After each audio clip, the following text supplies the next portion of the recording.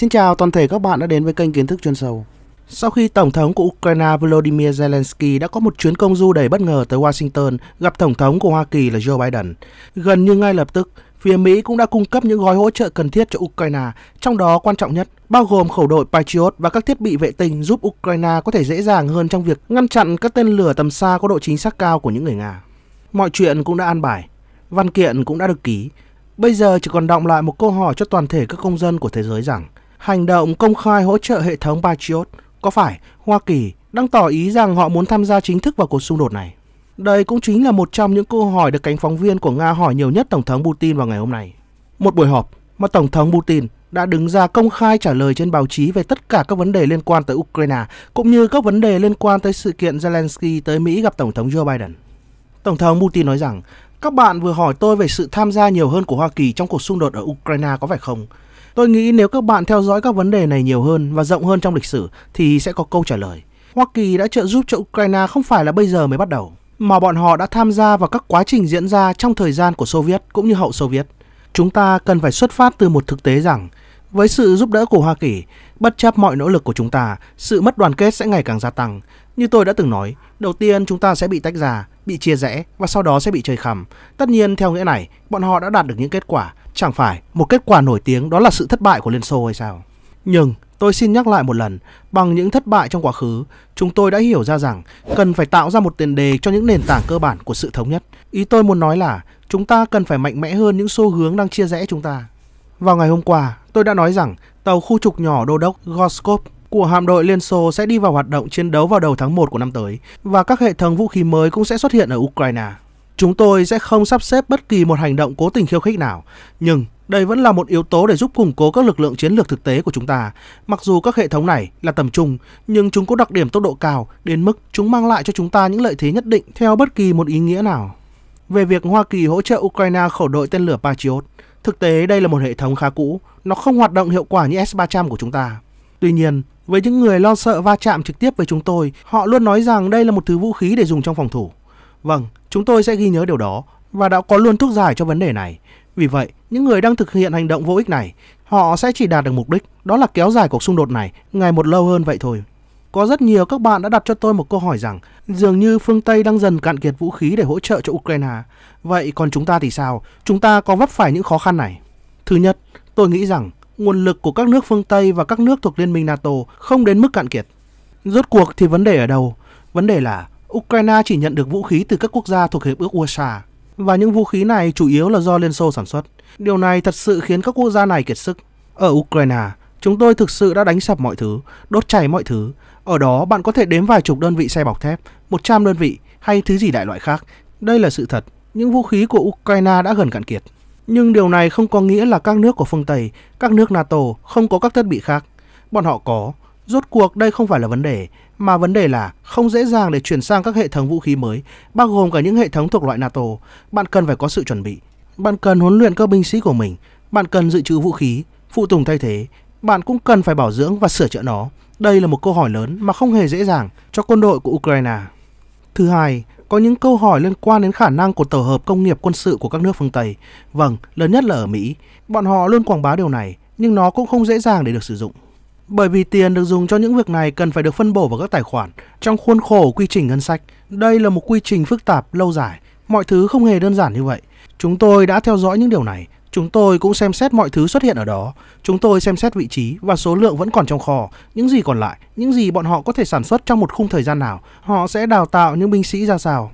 Còn đối với khả năng dự trữ của chúng cũng vậy. Bây giờ tôi sẽ không đưa ra số liệu. Chẳng hạn như chúng ta đã tiêu bao nhiêu vỏ đạn mỗi ngày. Đây là một con số rất lớn, nhưng sự khác biệt giữa chúng ta và những người chống lại chúng ta là, ví dụ như tổ hợp công nghiệp quân sự Ukraine, nếu không được thiết lập lại hoàn toàn, thì nó đang nhanh chóng tiến về bờ vực của sự sụp đổ, sẽ sớm không còn căn cứ sản xuất nào ở Ukraine nữa. Trái ngược với bọn họ, chúng ta đã phát triển ngành công nghiệp của mình trong nhiều thập kỷ qua, bao gồm cả ngành công nghiệp quốc phòng. Chúng ta đang phát triển khoa học và công nghệ quân sự của riêng mình, nhưng chúng tôi vẫn còn thiếu một cái gì đó. Chúng tôi biết được ai và bao nhiêu có thể làm, khi nào, trong hoàn cảnh ra sao. Chúng ta có nguồn tài chính riêng để đảm bảo hoạt động của các trung tâm khoa học cũng như công nghệ và sản xuất. Thứ thiếu của chúng ta lúc này là bao giờ chúng ta có thể vượt qua tốc độ của âm thanh. Tôi tin rằng chúng ta sẽ làm được và nhất định sẽ làm được. Đấy là nói về quốc phòng, còn bây giờ chúng ta nói tới nền kinh tế. Đầu tiên, dự đoán của phương Tây về sự sụp đổ nền kinh tế Nga đã không xảy ra. Vâng, chúng ta thật sự có một đợt suy giảm. Bọn họ hy vọng rằng chúng ta sẽ có sự sụt giảm khoảng 20% hoặc hơn nữa về khối lượng GDP, 20 hoặc 25% gì đó như một số người đã nói.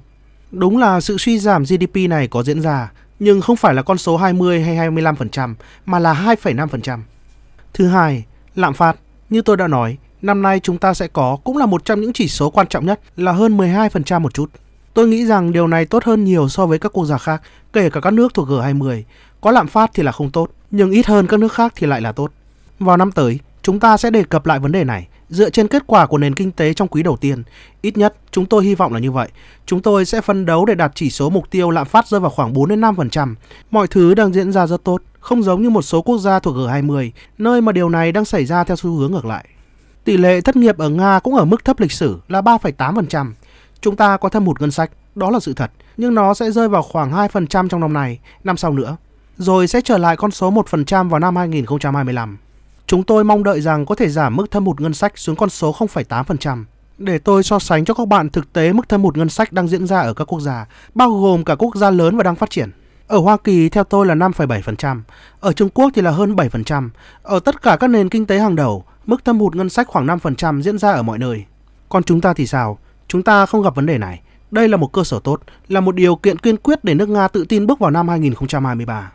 Mọi người cũng luôn hỏi tôi rằng việc áp giá trần dầu của Nga từ phương Tây có gây ảnh hưởng gì cho nền kinh tế của chúng ta hay không?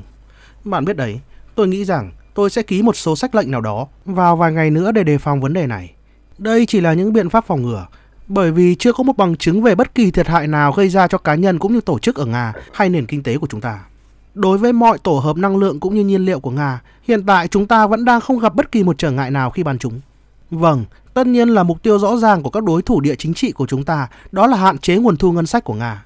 Nhưng kết quả cho thấy chúng ta cũng không mất gì từ mức giá trần này, không có một tổn thất nào đối với tổ hợp năng lượng cũng như nhiên liệu của Nga, hoặc đối với nền kinh tế hay ngân sách, không có một tổn thất nào, bởi vì chúng ta vẫn bán với cái giá mà chúng ta muốn. Lệnh áp giá trần dầu Nga hoàn toàn không có vấn đề, mà vấn đề ở đây là họ đang cố gắng đưa ra một công cụ mới hoàn toàn, không có trong nền kinh tế thị trường và nguồn năng lượng của thế giới. Những người tiêu dùng đang cố gắng đưa ý thức và thực tiễn của mình để áp đặt cho nền kinh tế thị trường trên toàn thể thế giới. Hãy thử tưởng tượng, bạn muốn đến và mua một chiếc xe Mercedes hay là Chevrolet. Bạn đến và nói với bọn họ rằng, tôi sẽ mua chiếc xe này với giá 5 rúp, không hơn. Chà, bạn có thể mua 1, 2 hay 3 chiếc xe, rồi sau đó thì sao? Các công ty này sẽ phải đóng cửa, vì việc sản xuất ra những chiếc xe này sẽ không có lãi. Điều tương tự cũng đang xảy ra trong lĩnh vực năng lượng, mọi thứ đều sẽ giống nhau, một đổi một. Nên nhớ rằng chính ngành công nghiệp năng lượng này cũng đã và đang được đầu tư dưới mức cần thiết. Có một thực tế trong những năm gần đây là do các vấn đề về môi trường và biến đổi khí hậu, rất nhiều quốc gia muốn chuyển đổi sang nguồn năng lượng tái tạo. Vì vậy, tiền đã không được đầu tư vào các dự án năng lượng hóa thạch mới. Ngân hàng thì không cho vay, các công ty bảo hiểm thì không bảo hiểm. Mọi công ty lớn trên toàn cầu đã ngừng đầu tư vào năng lượng hóa thạch, một nguồn năng lượng mà vô cùng cần thiết cho cả thế giới. Và bây giờ, cũng chính bọn họ đang cố gắng thiết lập lại một mức giá trần về mặt hành chính. Đây là một con đường dẫn đến sự hủy diệt của nguồn năng lượng toàn cầu.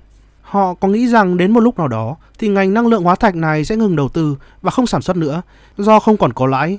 Khi đó thì giá cả sẽ ra sao? Nó sẽ tăng vọt và gây thiệt hại cho chính những quốc gia mà đang giới thiệu công cụ áp giá trần này cũng như toàn thể thế giới. Do đó, các nhà sản xuất tài nguyên năng lượng, trong trường hợp này là dầu mỏ, sẽ phải gánh chịu mọi thứ bằng chi phí của mình, không phải bằng chi phí của Nga, mà là bằng chi phí của chính họ, bởi vì mọi người đều tin rằng đây chỉ là những nỗ lực đầu tiên nhằm áp đặt các quy tắc hành chính lên giá dầu và khí đốt, không chỉ cho riêng Nga mà còn với mọi nhà sản xuất khác. Mọi thứ giống như là một vở kịch opera. Nói thật, bạn biết đấy, đôi khi các đồng nghiệp và các đối tác của chúng ta đã làm chúng ta ngạc nhiên như thế nào với những quyết định thiếu chuyên nghiệp của bọn họ. Đã có lúc chính Ủy ban châu Âu đã áp đặt cho chúng ta một quá trình chuyển đổi sang cái được gọi là định giá thị trường để trao đổi giá khí đốt. Chúng tôi đã cố gắng thuyết phục bọn họ, riêng cá nhân tôi cũng đã làm điều đó, thuyết phục họ ở Bruxelles để bọn họ không làm điều này. Tôi nói rằng đây không phải là cách hoạt động của thị trường khí đốt, điều này sẽ chỉ dẫn đến hậu quả nghiêm trọng, khiến giá cả tăng vọt. Và đây chính xác là những gì đang xảy ra hiện nay. Bây giờ, bọn họ còn chưa biết làm cách nào để có thể thoát ra khỏi một hỗn độn này, vậy mà giờ đây họ lại đang cố gắng điều chỉnh giá dầu thô. Bạn biết đấy, họ không hề muốn nghe chúng tôi, họ không hề muốn, họ không thích chúng tôi. Họ muốn chiến đấu với chúng tôi hơn là nghe chúng tôi. Nhưng lẽ ra bọn họ nên nghe chính bản thân bọn họ. Trong trường hợp này, tôi đang nói về những người đang cố gắng điều chỉnh giá xăng dầu ở châu Âu, nhưng bọn họ vâng lời người Mỹ trong mọi việc, liên tục cúi gập người mỗi khi được ra lệnh. Họ chỉ thích lắng nghe những chuyên gia của Mỹ nói. Nhưng có một nhà kinh tế nổi tiếng, người đã đoạt giải Nobel, là một người Mỹ mang cái tên Friedman đã nói rằng, nếu bạn muốn thiếu cà chua, hãy áp đặt giá giới hạn cà chua. Ngày mai bạn sẽ thiếu cà chua.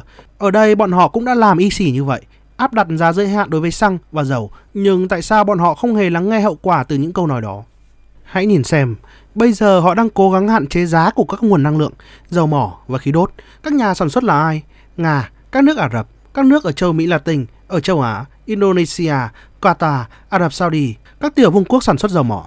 Thậm chí Hoa Kỳ cũng là một trong những quốc gia sản xuất cả dầu và khí đốt lớn nhất trên thế giới. Nhưng Mỹ tiêu thụ mọi thứ, họ chỉ còn lại rất ít cho thị trường bên ngoài, nghĩa là dầu mỏ được sản xuất ở các quốc gia khác và được tiêu thụ ở châu Âu và Hoa Kỳ. Theo tôi, tất cả những gì bọn họ đang cố gắng làm bây giờ là một sự tàn bạo của chủ nghĩa thực dân. Họ quen đi ăn cắp, ăn cướp của các quốc gia khác và xét cho cùng, ở một mức độ lớn, sự trỗi dậy của nền kinh tế các nước châu dựa trên buôn bán nô lệ và cướp bóc ở châu Phi, châu Á và châu Mỹ Latin. Sự thịnh vượng của các quốc gia này tăng lên nhờ việc buôn bán nô lệ và sử dụng lao động nô lệ. Sau đó, tất nhiên rồi, trong chiến tranh thế giới thứ nhất và thứ hai, điều này là quá dễ hiểu. Bọn họ đã quá quen với việc ăn cướp rồi. Một nỗ lực điều tiết phi thị trường trong lĩnh vực kinh tế cũng giống như một vụ cướp ở các nước thuộc địa. Trong mọi trường hợp, mọi nỗ lực đều là cướp. Nhưng thế giới đã thay đổi và bọn họ chắc chắn sẽ không thực hiện được những điều đó vào ngày hôm nay.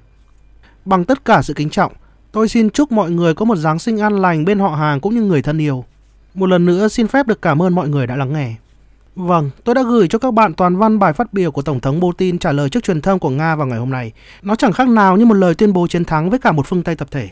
Bởi rõ ràng rằng, ba mặt quan trọng nhất, đó là kinh tế, quân sự và năng lượng, thì Tổng thống Putin đã công bố rõ ràng cho chúng ta thấy nước Nga đang áp đảo một phương Tây tập thể ra sao. Câu hỏi duy nhất đặt ra với chúng ta vào lúc này chỉ có một, đó là những điều Tổng thống Putin nói có đúng hay không. Còn tất cả các bạn có cảm nghĩ như thế nào về vấn đề này? Hãy bình luận ở phần bên dưới nhé. Còn bây giờ thì, bye bye.